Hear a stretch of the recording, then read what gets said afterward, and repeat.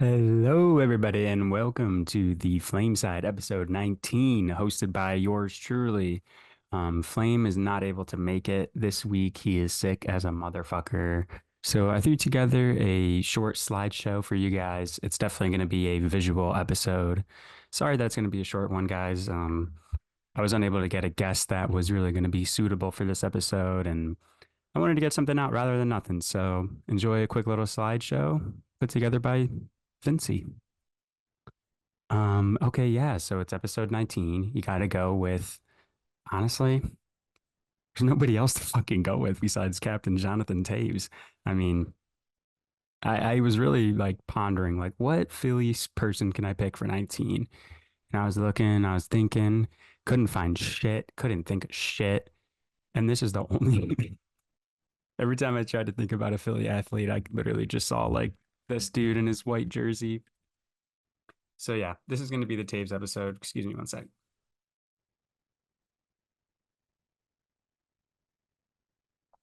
Oh, sorry. Oof. Sorry, guys. I'm fucking parched. I just played some hoops. Oh, yes. And here's this. Um, I didn't watch Spirited Away in the past week, like Flame instructed me to. But to be fair, we didn't have like a week in between. There's only been like 4 or 5 days. So, and also there's no fucking world where he watched Minari. So it's even Stevens, even Stevens. And I'll get to Spirited Away eventually. Oh, yeah. So this is going to be sort of a pet episode, guys.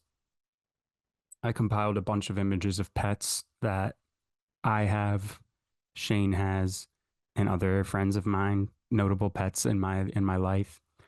And yeah, there's a big reason for that, so stay tuned. Up first is Donnie. She's the goat. She's the biggest cuddler in the whole wide world. This is my youngest pup. I fucking love this girl. I She literally lights up the room. She's super, super adorable. This is her on Christmas morning. If you guys, if you can't see the picture, she's basically smiling, giving a cute, cute little smirk. And she's the best for photos, dude. Like literally bunches of photos of like really cute Donnie poses. So she's really cute. She's awesome. Next up is my cat. This is Dexter. Dexter is a fucking little bit of a shithead. Not much to say about him. This is him on Easter in an Easter basket. He's also kind of good for photos though. Like this is a good photo. Next up is Flaubert. I don't really know Flaubert very well. I met him one time, but from what I've gathered, he's a good little guy. And this is Hugo. Oh, and that's Flame's cat. This is also Flame's cat. Um, I know that one of them had to go to the vet this week and had to spend an overnight. I don't know if it was Hugo or Flaubert, but either one, I hope they're doing all right. I know they got to like go home and stuff. So, I mean, and Shane also didn't tell me like, yo, my cat's like on his last leg. So, I think these babies are doing all right. This is Polly. He's as crazy as he looks. He actually looks so good here. This is him like after a bath and like, oh my gosh, he's like glowing. I put two of them because there was a skinny ass photo and he's a skinny ass dog, but I just love this little fucker. I feel like he didn't get to grow in properly. I don't know, something like happened to him. If you know, you know. But yeah, fucking love you, Polly. This is Pitbud. This is Alex's dog. He's been on a few episodes. They've been separated for so long now, but Pippa still comes up here and then just because it's just kind of a fucking goat dog, goat ass pet. So I've only met Pippa like once or twice, and I was enamored, of course. But yeah, I haven't seen Pippa in years, but great dog. Sky and Luna. These are Will's pets. They just like caught me off guard because this picture is like so ridiculous of them. I guess all pets are kind of good at photos because you just got to get them looking at you and then they'll make a cute ass pose. But Sky and Luna are goats. I haven't met Luna yet, little kitty, but Sky is really, really, really, really, really, really, really, really good. Good dog. Like it follows every command. It's like pretty smart. Also like a big lover. Just like honestly all around good dog. And yeah, I'm excited to meet Luna. This is Rocky Doodle. This is my his name's Rocky, but he uh he passed away like 4 or 5 years ago at this point. Good ass dog. This is Shasta, passed away like I think like a year ago. This is Flames dog, former dog. He has a new dog now, Moxie, which I was not able to get a picture of. But Shasta was fucking awesome. You know, she was fucking crazy, but she was a good ass dog, honestly. And this is Adrian. This is kind of why I made the episode today, is because we got some unfortunate news about Adrian that she has a big old tumor in her belly somewhere. So, and the doctors were like, they told us like we don't know like how long the tumor's been there, but they basically gave us a timeline of like if we caught this early, like she could have up to a year, but if we caught this late, like she could be fucking cooked tomorrow. So it's kind of fucked up that they gave us a timeline like that, but luckily she's not in pain or anything. But yeah, we're just gonna be spending a lot of time with her, giving her like extra ear rubs and belly rubs, play some basketball with her, bring her in the car, just do all our favorite things. I didn't get a flattering picture of her, but she's a really cute little. She's like a medium sized, chunky. Kind of looks like a Rottweiler, but she's a mutt. But yeah, let's get on to something more, happy and positive, which is my top three hoopers. Like I said, guys, I'm just trying to fill some time here, show you guys some bullshit as I await Shane to join me back here on the flame side. So here's some honorable mentions. I got Harden, KD, and PG-13. All three of these guys like are freaking super important for me to like get into hoops. Like without these boys being in the league, probably wouldn't be a hoop head at all. Like KD just always just been one of the best to watch because he just, I don't know, he plays to his own drum. I don't know if that's the right saying, but he just fucking, takes shots when he wants to, and he can shoot it from anywhere, which is probably the coolest part about him. And just like his build, like him and Paul George are, they have different builds, but I like them for similar reasons of like tall, lanky, and like shouldn't be able to like dribble and shoot as good as they do, but they are just like amazing at it. Like they neither of them have a weakness really. Maybe like passing for both of them. Um and maybe defense for KD these days, but he used to be a great defender. And then Harden, I played a fuck ton of fantasy basketball, and Harden was like number one or two in scoring like year after year after year. He hasn't been for a while now, but that's kind of a big reason why I fell in love with him because like just like effortless like scoring.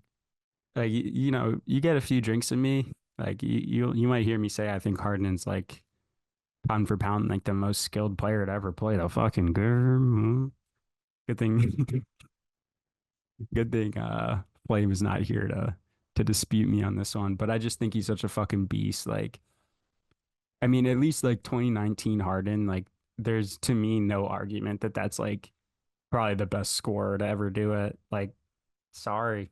I'm fucking sorry, y'all. Like, there was like a whole month where he was averaging like 40 points. And I'm pretty sure there was like a 3 game stretch where he was averaging 50. And he was like putting up like 10 assists and 10 boards as well. Like, eh, fucking absolute beast. And now we got PG on the Sixers too. So, one of my favorite players of all time. And now he's going to be joining my favorite team. So, I'm a big fan of that. One sec.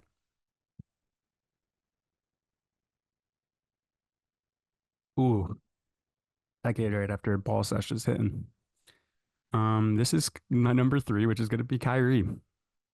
Honestly, I just think Kyrie is the most fun to watch. Like maybe even more fun than like, not my number one and two, but that's why they're there. But he's my third favorite player to watch just because like the handles, there's really no player that scores in more creative ways than Kyrie. Like some of the dribble moves are just like you watch. This is the guy that you watch some of the highlights and then you're like trying to recreate like his same moves because like they're just fucking absolutely electric. And here's a fun fact: I have 3 hoop shoes in my car right now. I got Harden's in there, I got Durant's in there, and I got Kyrie's in there. I mean, what fucking more do you guys want from me? Like, these guys are influential ass hooper. They're like perfect timeline for me and my age that like I'll just fucking always love these guys like forever and ever and ever. So Kyrie number three, number two is gonna be John Wall. And like honestly, for similar reasons, he was on that same timeline of like just like what like first getting into hoops like 2015, 16. Like John Wall, dude, fucking hell. And like I would go back and watch old John Wall stuff because like just been killing forever and ever and ever. He is done now though, and he hasn't been killing for kind of a while. But he got fucked by injuries. Like talk about a player that with no injuries, bro. Like as I remember too, when I first started fantasy basketball, like he was probably the best guard in the fucking league when he was healthy. Like better than Harden, better than Curry, like better than all those guys when I first started playing. But then just like injuries fucked him.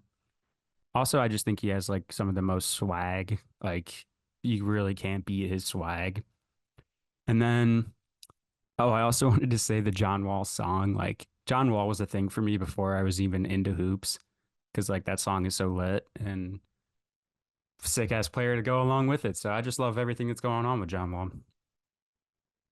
Number one's the kid Tyrese, Mad Maxi. I mean, he's just fucking electric, dude. And the Sixers have like in all my time watching have never had like a 6 foot ish, like he's 6'2", like a 6'2" to 6'5", like electric guard, like Harden or and I know they had Harden, but I'm just saying like they had Maxi before Harden, but I'm like, a homegrown guy that like is just like electric. Like, I've always been like infatuated with like the really good guards, and I know I didn't have many in my honorable mentions, but like Westbrook, Lillard, Curry, Kyrie, John Wall. Yeah, like I like those smaller guards that are just like big time point scorers. And I'm just fucking happy that we have one in Philly that we drafted nonetheless.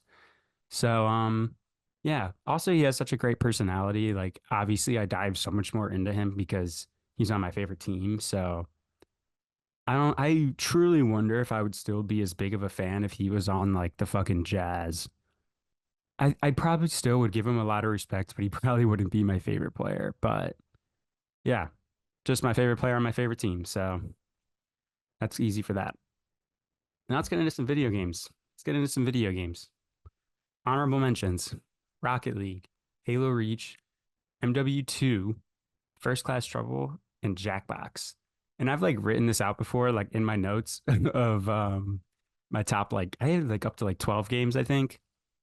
But yeah, I'll give a brief thing about all of these. Rocket, honestly, I've just gotten so much time out of it lately that, sorry, I've gotten so much time out of it lately that it's just gonna like go up high on the list. Like I play Rocket League more than like anything else these days, so I had to put Rocket in there. First Class and Jackbox, I can kind of tackle those at the same time. Like both of those are in here just because like they're such amazing games to play with friends. I have had honestly maybe the most fun playing First Class and Jackbox just because like I get to play with my friends in like a fun, creative way. So I just couldn't put it in the top three. I just couldn't like validate it over the games that are in there because the games that are in there just work for me so well. And honestly, I can group together MW2 and Halo Reach as well because those games are just like nostalgia for me. And like, first getting into video games, like first getting my Xbox, I used to share. So, getting my Xbox and booting up MW2 and Halo Reach and number one on this list was it'll just always be like I'll look back at it as like my favorite fucking times in the world. And these are the games that were doing it. So, but the number three, edging out all of that, is Overwatch. And honestly, I didn't even want to put Overwatch in here because I've just like kind of fallen out of it or fallen out of love with it. I don't know. But it especially with all the controversy and like the total fail with Overwatch 2, like I don't want to get into too many specifics, but like my career profile isn't even fucking right. Like all these years into Overwatch 2, like none of my shit was like transferring. So I just had such a bad taste with like Overwatch 1 to Overwatch 2. But Overwatch 1, I just got so much time out of it. And like it's a game that you can truly feel yourself getting better in, which is probably my favorite thing in it. Like I literally grinded from bronze to eventually made it to top 500. Like you could actually see yourself getting better. Um, and there's like tangible things to like work on and like, oof, it just really makes you feel good about yourself when you're doing good.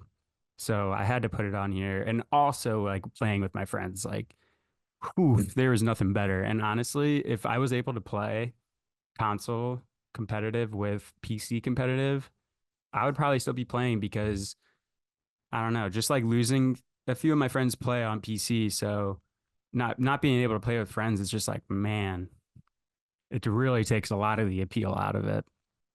But yeah, overall, I had to put it there. And in the two spot here, I had to go with Elden Ring. And this is like a fairly new game for me, but I just I really love like the fantasy and like swords and dragons and fantasy type shit. Like I'm just all about it. Like the medieval arm, I don't even know. Just I fucking love this kind of shit.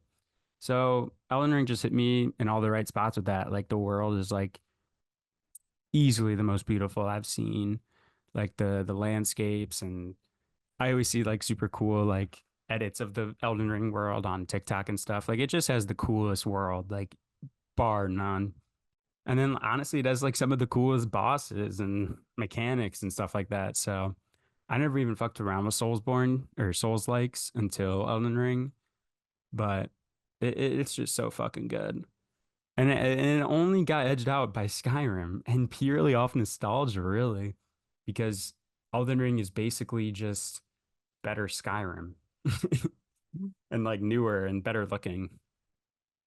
But this one just has nostalgia for me. Like I just really fucking had such a great time with this. Like I said earlier, like when I first got my Xbox, this is the first game that I booted up and just like instantly fell in love with the world. So much character. That's one thing that it has over Elden Ring is like the world itself, like the NPCs and all that stuff. Like there's fucking character with this shit. Elden Ring, dry as bones, dude. If you want like more like the lore is really cool for it, but if you want more lore, you have to go watch a 2 hour YouTube video explaining the lore, and it's like convoluted and they're piecing it together, which like I kind of respect that. I think it's cool, but I do not need that. Like I want to play the game and like the lore's in my face, and the world building is in my face. Like I don't know. So I had to go with Skyrim as my favorite game of all time. And honestly, at this point, like the fact that it can beat out Elden Ring, like a basically perfect game, it's just gonna be my favorite game forever and ever and ever. And I also want to say I did not put Minecraft or Fortnite into the honorable mentions, but I do want to shout those two out because they're classics. So let's get into the Himothy of the week. So this is gonna be a quick show, like I said, guys. And I have last week's results on my phone here, and it looks like oh, it's actually still going. So there's only 3 votes, and Jackson, my Himothy that I picked out, is up by one right now with 2 days and 7 hours left. So go vote on Spotify for who is Himothy of the week. My Himothy this week, and it's going to be unanimous without Shane or anything. It's going to be my girl, AG. How could it not be fucking Adrian on a week like this? So, yeah, Adrian, you're the Himothy of the week. Congrats, my girl. I'm going to spend a lot of time with you over this next, however long it is. We will miss you. You are such an amazing dog, and I love you, girl. Thank you guys for watching. This has been episode 19 of the Flameside podcast. Sorry that it's a little bit scuffed. This is my first time doing an episode all by myself. I was like kind of looking forward to it, and then I was like, holy shit, like I have no idea what the fuck to talk about. So I really appreciate you guys for tuning in. And yeah, we'll see you in week 20. Peace out, everyone.